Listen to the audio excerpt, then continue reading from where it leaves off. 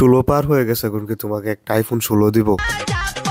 তোমার ওনার কাছে তো অলরেডি আইফোন 16 আছে, কিন্তু 16 পার হওয়ার আগে তো ওনার কাছে অ্যান্ড্রয়েড ছিল, ভিডিও এত ভালো ছিল না। বয়স 16 পার হওয়ার সাথে সাথে 16 প্রো চলে আসলো হাতে। এত টাকা কেমনে আসে? আপাই মনে হয় টাকার মেশিন চালায়।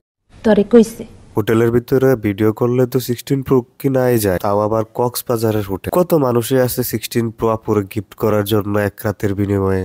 কেসটা তুমি ধরেই ফেলেছো। কিন্তু আমাদের যে বয়স 16 পার হয়ে 24 হয়ে গেল, আমরা তো কিছুই কিনতে পারলাম না। আরে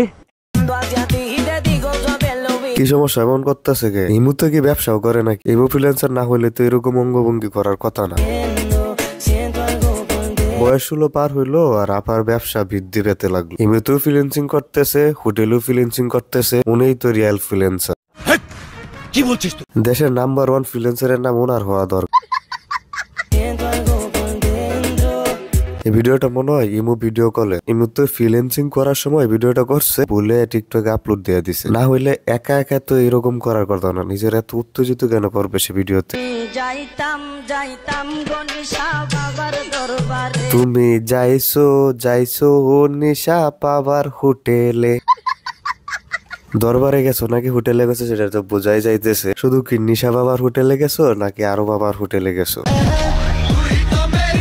এমনি নাড়ায় তো মজা দিতে পারবা না। নাড়ানাড়ি যেহেতু শুরু করছো, একটু ভালো করে নাড়াও। পাবলিকেরও মজা আসলো, তুমিও মজা পাইলা। কারণ হচ্ছে টিকটকে আসছো পাবলিককে মজা দেওয়ার জন্য এবং হোটেল থেকে মজা নেওয়ার জন্য। আর সবাই তো আর হোটেলে যাইতে পারবে না। তুমি যেহেতু হোটেল ছাড়াও যেহেতু টিকটকে ফ্রিল্যান্সিং করতেছো, তাহলে পাবলিকটা একটু ফ্রিতেই বিনোদন দাও। মাথা ব্যথা করতেছে। কোথায়? মাথা ব্যথা কোথায় হয়?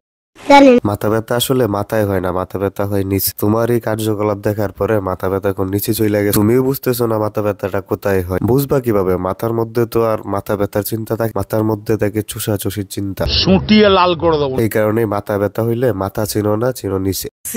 লাঙ্গের লেগে তোরা কান্দস। তোমার মতো তো সবাই ফ্রিল্যান্সার না। তুমি তো এই মুহূর্তে টিকটকে ফ্রিল্যান্সিং ও করতেছো, সাথে হোটেল থেকে ফ্রিল্যান্সিং করে আইফোন 16 প্রো ম্যাক্স কিনতেছো। এখন লাঙ্গের লাগে তুমি কিভাবে কানবা? সাব্বাস বেটা। তোমার তো লাঙ্গের অভাব নাই। তোমার ইমোতে লাং আছে, টিকটকে লাং আছে, হোটেলে লাং আছে। এত লাং থাকলে কি আর তুমি কানবা? তোমার দেখে মনে হইতেছে তুমি লাঙের সাথে এক ম্যাচ খেলার পরে এখন ভিডিও করতেছো। তোমার মতো ব্যবসা শুরু করে দিলে তো আর লাঙ্গের লাগে কেউ কানতো না। যাই হোক, তোমার এই ভিডিও দেখার পরে নেক্সট টাইম আর কেউ লাঙ্গের জন্য কানবে না। লাঙ্গের পরিবর্তে ব্যবসা শুরু করবে, নিজে উদ্যোক্তা হবে। তো আমাদের এই নতুন ফ্রিল্যান্সারের জন্য শুভকামনা রইল। যাদের এই ফ্রিল্যান্সারের সাথে হোটেলে যাওয়া সামর্থ্য নাই, তারা তাদের টিকটক আইডিতে কিছু ভিডিও দেখতে পারেন। যে ভিডিও দেখার পর আপনার আর গুগলে সার্চ করতে হবে না। তো ফ্রিল্যান্সিং করতেছো, ফ্রিল্যান্সিং চালায় যাও। যেহেতু নিজে সবকিছু শেয়ার করতেছো অডিয়েন্সদের সাথে, তো অডিয়েন্সদের কিছু দিও। তোমার হোটেলের অডিয়েন্সের বাইরেও কিন্তু অডিয়েন্স আছে টিকটকে, অনেক অডিয়েন্স আছে। টিকটকের অডিয়েন্সদের জন্য কিছু হলেও দিও।